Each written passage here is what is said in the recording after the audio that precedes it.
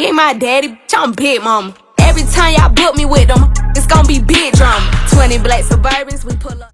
Baby, when I tell you Angie was going for broke this episode, Salt Lake City has yet again, look, for those who have been on my channel for a hot minute, y'all know I have been constantly speaking about rich white women drama. Like, there's just something about the essence of how, white women throw shade. And I'm sorry, Brittini, you kind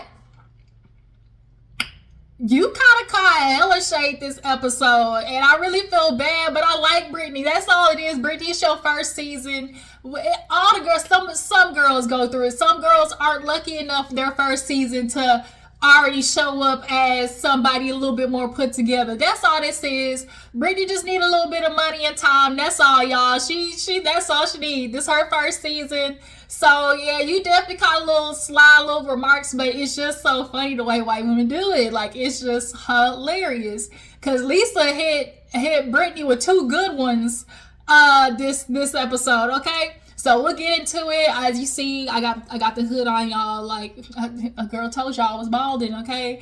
But I kind of like the way this hood was falling. Like, it's not overbearing. Like, it just kind of, see how like silhouettes the face. So it's kind of cute, and it like goes up so you can actually see my face at the top. So I was like, okay, this is cute, little yang, okay?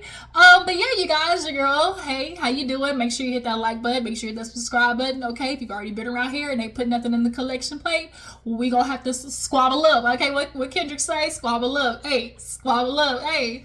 Polo Drake, Polo Aubrey. Let's send out prayers and well wishes to Aubrey, okay? But let's go ahead and get into Salt Lake City, okay? Now, I watched this 1.5 times, so if I missed something, drop it in the comments, okay? So we open up with Meredith basically rehearsing for her bat mitzvah. She's trying to basically rededicate herself to the Jewish religion or whatever. So she's learning Hebrew and all that type of stuff like that. Kind of find out, y'all, Meredith got an older son. I had no idea. I thought it was the daughter and Brooks. Did anybody else know she had an older son? Now, she did put this ain't her confessional. She was like, he is from New York and it's a little bit more private, so I'm just gonna assume he showed up just for this event. I'm here so I don't get fined type stuff, because Meredith does need to bring some element of her life a little bit more. She knows that, because Meredith ain't been giving us nothing but dramatic, telenovela version of a white woman, okay?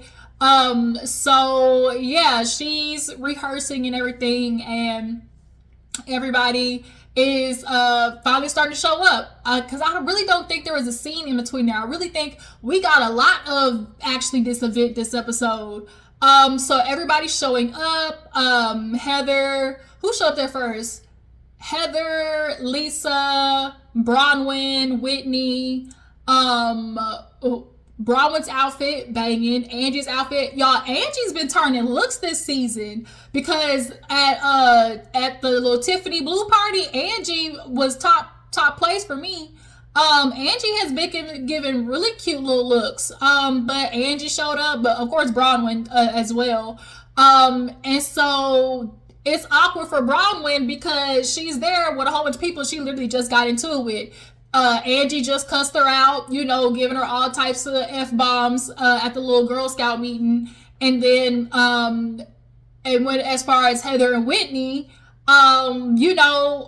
Whitney's feeling like she got thrown under the bus. Whitney's like, if you gonna throw me under the bus, well, guess what? Beep, beep. Who got the keys to my Jeep? Who am I? Okay, she said, I'm gonna back up on you, all right?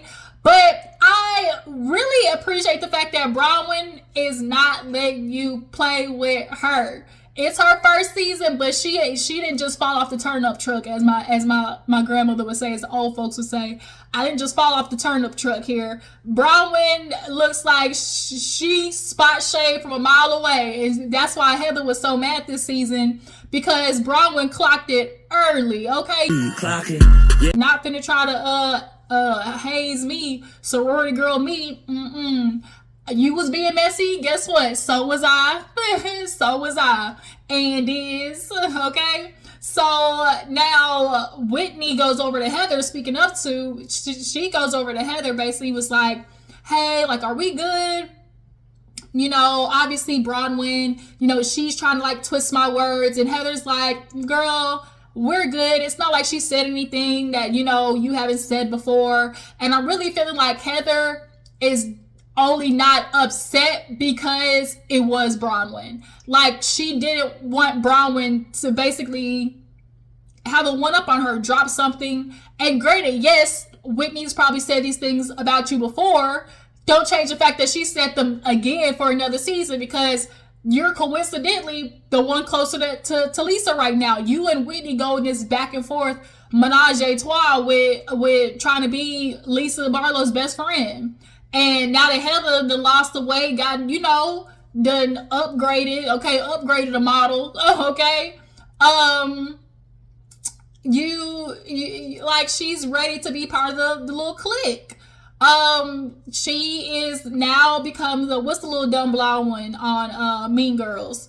Okay, that's what it's giving. It's giving her. It's giving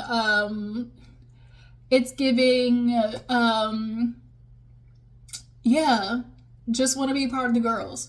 But yeah, Heather basically was okay with Whitney. Then also too, Whitney wouldn't have felt compelled to have to even go up and check with you to make sure like you were good, you know? So Bronwyn is over there at the table. Then Brittany comes up, and Brittany's coming in saying hi to everybody. And Whitney, this is where the first little straight at Brittany caught. I said, oh. So Brittany came in and she was showing Whitney her nails. She's like, oh yeah, I see your nails. Da, da, da. She's like, yeah. She was like, is that bling on your nails? And then the girls were on the other side, and they like saw that she had, because Bronwyn looked over too, and she looked, and like there were, I'm guessing it was bling on all her fingers. You know, right now, like have a bling on all your fingers. Like, you could do cute little, just a little rhinestone, you know, at the bottom, the base of the nail. But if you walk around all that white room with a whole bunch of bling on your fingers, especially the Mormons or whatever they are, yeah, girl. And then literally right after that, when they like basically played telephone and they got back to Lisa, like, girl, yeah, she's like, it's a little tunnel and brow. And under it, they basically put a low class. I was like, tunnel and brow or something, like it was something in tunnel. I was like, ooh, I said, dang, really, like, it just felt real.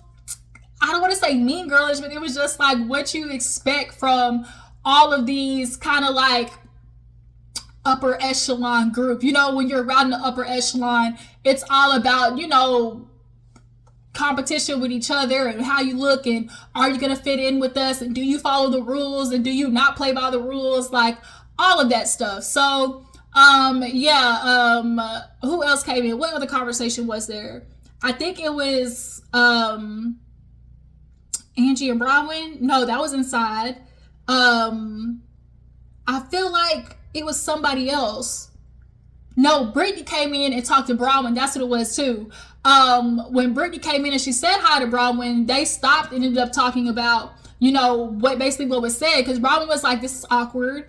And, you know, she was sitting there talking to Brittany, and she was like, well, yeah, especially the fact that she was like, yeah, Angie, like, I can't believe all the things that she said about me, talking about, oh, you know, I slept with 10 guys. And she was just like, oh, I just feel like if she's, you know, putting that onto me, then it's her and Sean that are, you know, doing the same thing. She's only projecting, you know. And so Bronwyn was like, ooh, you know, and Bronwyn was like, I can tell, you know, Angie loves a big moment, you know, and they start doing the flashbacks of Angie. Angie definitely has her quirks, we'll just put them that way, of doing that one little extra thing to like make it be like on attention on me. And obviously they do the flashback of like, you know, the chair and the throwing the napkin she did this episode, and then, you know, the scroll. And I think Angie is just so, it's easy to be so inspired by previous seasons of like, you know, the props and the like, you know, all the different stuff. Obviously, the infamous Kenya Moore hair care. Like, you know, we've seen such moments that I think sometimes people want to have one so bad and force it. But it's like, Angie, your moments are the moments that aren't the ones that you've like premeditated. Because, girl, the way you skinned this cat this episode, the way you pulled on poor little Brittany's wig this episode, the way you clicked her clock, the way you rung her bell, okay, the way you read her fulfilled, that like that wasn't premeditated. That's what happened on like Angie. Like I like Angie, I really do. So, but Bronwyn definitely is calling out how she loves these like moments and the attention to be on her. And I like, Angie, girl, you ain't gotta just let the moments happen, okay? Like, as of right now, you got a fan in me, but if you keep doing the extraness, then it's gonna turn people off of you. So yeah, so when Brittany said that, she's like, oh, it probably because it's her and Sean. You see how she said and Sean though, but on the inside when Bronwyn called her out, she didn't mention Sean's name. Because somebody already tried that before, Meredith, and then her ass got demolished too. But now everybody goes inside. It's time for time for Meredith's little initiation. And of course, everybody's wondering, like, where's Mary? And Mary, they do a flash to her at home with Angie. And Angie, out of everybody, is the next closest to Mary besides Meredith, but they're kind of falling out right now. So everybody's like, is she gonna come? But of course, Mary shows up because at the end of the day, you know, she is a religious person and she also just loves Meredith. They did have a very close relationship. With Mary going through the things that she's going through right now, you can tell she wants to tell people, but in releasing that, you also invite like a vulnerability, because it's hard when you're that one person where it's just like you want help, but it's so hard to ask for help, and it's so hard to actually like, you feel like, you know, I wish I had other people to depend on, but even though you have people asking like, are you okay, do I need to be, like, Mary didn't even tell Angie. And then, you know, Mary, in regards to Meredith, you know, just being a friend, like, if something's wrong, I can only ask or try to be there for you as much as possible. Like, you're gonna have to meet me halfway. And so it's like, I can see in Mary wanting to like offload some of it, but being scared to. But in this moment, she did it another way. Although she might not have been able to do it in person, you know, with the girls, she still showed it to the rest of the world, you know? And so she's showing, you know, the insides of the vulnerability of having, you know, a child with addiction issues. Like, that's, a lot of people can resonate with that. We done had a lot of housewives with kids and children up to no damn good, okay? Or, you know, up to, you know, having, you know, sobriety issues. And we've never seen anybody be as vulnerable, like, as this, you know? And I actually really appreciate Mary doing that, because I know that was really hard to do. So everybody's in there. Mary comes, she show up, and y'all, when I tell you the way Mary was,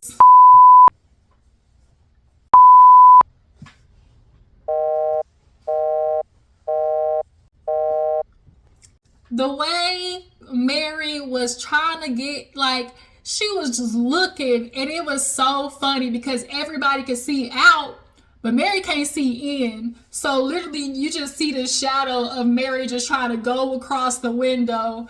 It was such comedic relief. And then, like, literally in the back of my head, I'm like, ain't none of you producers gonna tell Mary get out the scene? Like, Mary, like, come on, girl, you effing up the scene. But also at the same time, it was just so just like perfect comedic timing that it was like, it was so awkward that it literally made the scene. And so Mary finally makes it in, y'all. The way she was looking like a goddamn old lady window shopping, okay? It was too funny. So Mary comes in, sits down. Everybody's real emotional about it. You know, she goes through, does her and yeah, that's pretty much it. In the Hebrew, it's a lot of like in the back of the throat area, you know, l'chaim, you know, Mazel, you know. So she does her Hebrew. prayer. Everybody's super excited. Lisa's crying. And yeah, they get done with that, and then it's time, I don't want to say reception, but after code words, okay, after canoodling, everybody's accoutrements and drinks and stuff like that. So they in the room, and what was the first interaction that happened? I think the first interaction was they were back there, and Angie pulls Bronwyn to the side because there was so much happening back there. I think it was, Mary goes to Meredith and basically, makes up with Meredith. She's like, I miss you. I love you. You're my friend. I was just hurt when you left. I've never had a friend leave my house. And Meredith was like, I apologize. And they hug each other because, truth be told, Meredith and Mary really were kind of like the past year, like especially the last season when everybody was trying to come for Mary. Meredith was the only one who was beside her. So we know that they actually genuinely have like a friendship. So it was good to see them, make up. Not only that, girl, Meredith, you really didn't have a reason to be mad at Mary. Like, in regards to her kicking you out of her house, like, girl, you walked out, okay? But yeah, so after that, then Angie pulls Bronwyn to the side. And so Bronwyn was over there. She was like, Angie was like, well, first I want to be nice and say, you look good. Really love what you're wearing. And Bronwyn was like, yeah, cut to the shit, all right. Like, okay, is this leading into an apology? And Angie goes, you want an apology from me? And she was like, well, that's so funny because I was getting ready to say that for you. And Bronwyn looked at her like, bitch, what? You want an apology from me? From me? Why? Like, why should I apologize to you?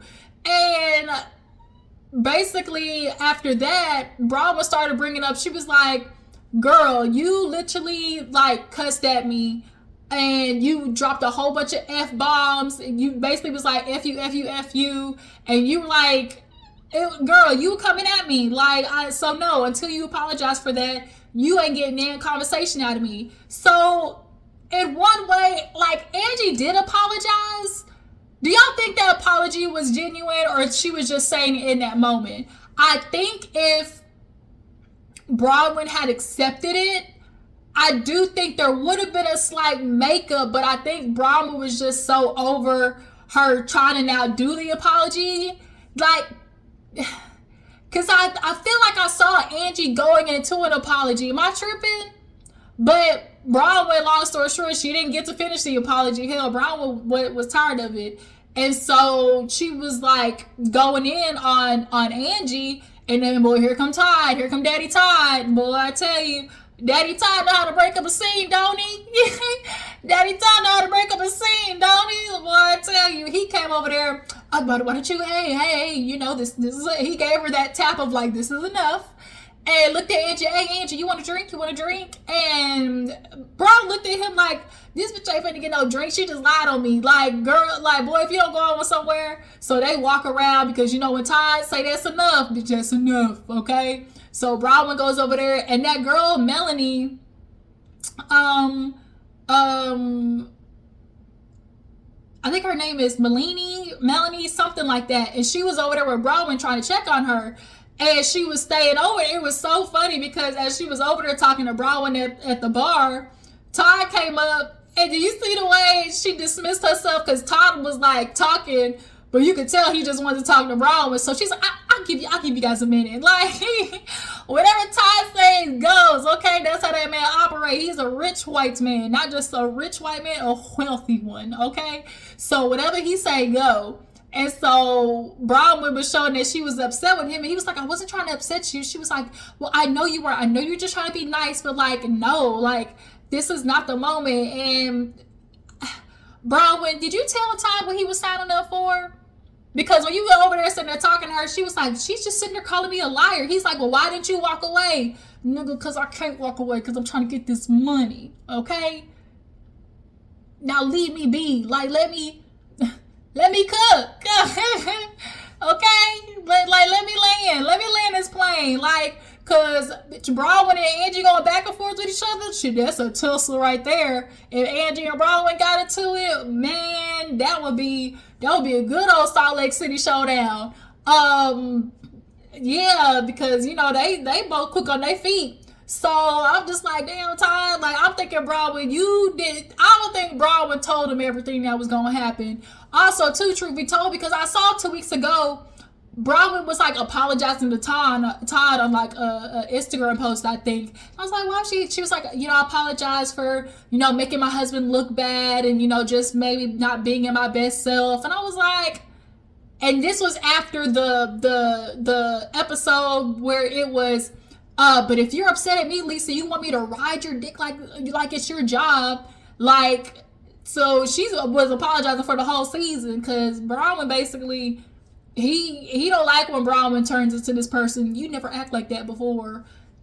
Now, Bronwyn, it's time for Daddy Todd to start acting like Dr. Damon on Married to Medicine. You might want to get a few pointers from Heavenly. So yeah, she walks away.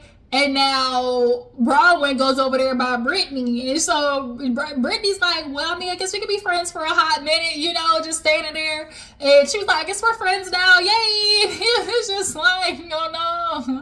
Poor little Brittini. I like Brittini. I do. She's such comedic relief. And like, she gives bimbo, but not bimbo in like the term bimbo way. Like, like she... not necessarily like dumb bimbo, but she just gives like, oh, poor little tink tink. Like, girl, you so dumb that you so happy. Like, just like real happy dumb. Like, just being so oblivious to the bullshit that like she's not clued in. Okay, and so I just like Brittini. I really do. Yeah, she was over there about Brittini. And so they finally go over there and try to talk to Angie again, I guess, I think it was. Or no, Angie came back up to Bronwyn or whatever. And so Brittini gets upset. Oh, she gets back into Angie like, I really do feel some type of way about, you calling me a slut, saying that I slept with 10 guys or hooked up with 10 guys. She was like, I didn't say 10. She said, I said 3. And Bronwyn was like, girl, does it make a difference? Like, 10 to 3. Ooh, wow. Like, girl, do make a difference. 10 to 3, especially the odds of these niggas running around here, even though they'll sleep with 10 women on the first pew. Okay, they'll do that in 2 weeks, but then get mad at you for having 10 bodies, period.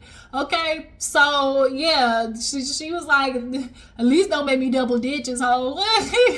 So, yeah, Angie, Brittini was trying to get into Angie. And so Bronwyn was like, you know what? I'm going to make this shit even messier. She was like, oh, by the way, let me make this a little more interesting. She called you a slut outside. And she said she was going to say it to your face. I'm just going to assume that Brittini was talking cash money shit outside to Bronwyn. And I think she was hyping herself up to get into Angie's ass on the inside, but then I don't think she was ready for it. Like, she couldn't commit. So since she didn't say nothing, Bronwyn was like, bitch, I'm gonna make you say something. She said you was a slut outside. And she was like, that's not what I said.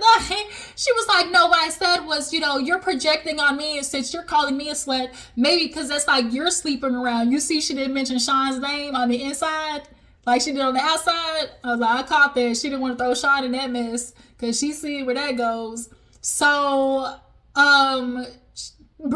Angie basically clapped back, talking about you trying to slut shame me, girl, like with everything that you do, and talking about, do I look like I got a high body count?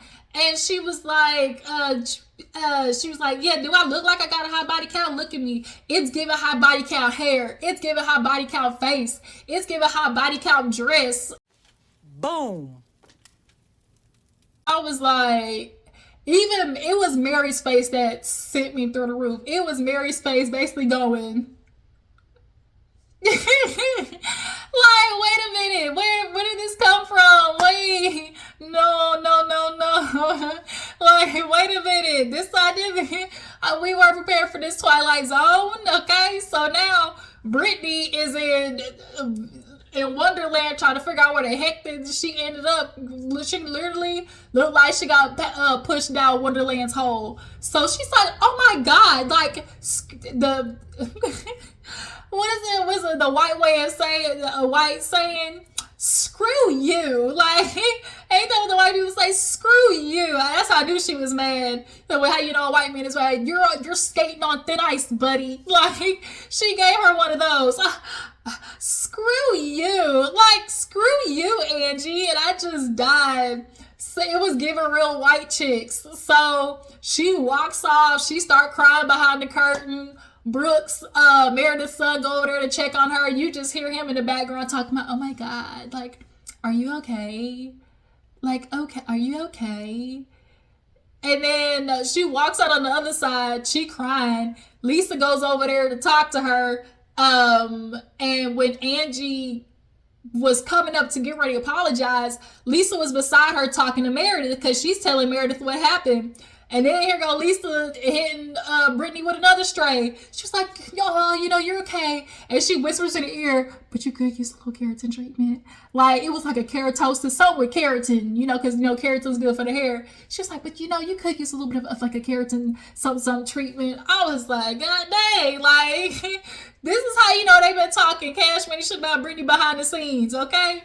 So, yeah, Lisa, I think it's just given, it's just your first season. You know, she's still dressed. Oh, the bump it, bitch. I forgot about that. Because when she walked away, she was like, do I look like I've got a high body count? She was like, yeah, she was like, something, you were just a bump it, bitch, or something like that. And then she walked past Melanie, the little Melody girl, and see, Melanie, this was your part you were supposed to step in. You've been hanging around. This was your time to show up because Angie brought your ass into it. Angie looked at you and was like some bump it 1 and 2. Damn. And all you had left to say was like, that's it. No, girl, that was your time. That was your time to shine. That you were supposed to let Angie have it. Nah, bitch. But I think she was so flabbergasted and just so shocked. Everybody was that she, like, I don't think nobody had the gumption to give Angie a clap back. Like, everybody was just appalled. So, yeah, girl, Melanie, that was your time, okay? But, yeah, as now that the information's making it over there to Meredith, you know, Angie comes up and she was like, look, and the minute she says that, Meredith finally hits her with the, you know what, Angie, I've had it with the slut shaming. We are not going to do this. You can leave. Security. You could tell Meredith wanted to do that. Meredith had it in her mind, but she was going to get Angie back one way or another because the punishment didn't fit the crime. I guess that's the best way I could say it. Like, Angie didn't necessarily do or say anything that just was like security worthy, you know? Like, it wasn't giving that, you know? So it's just like,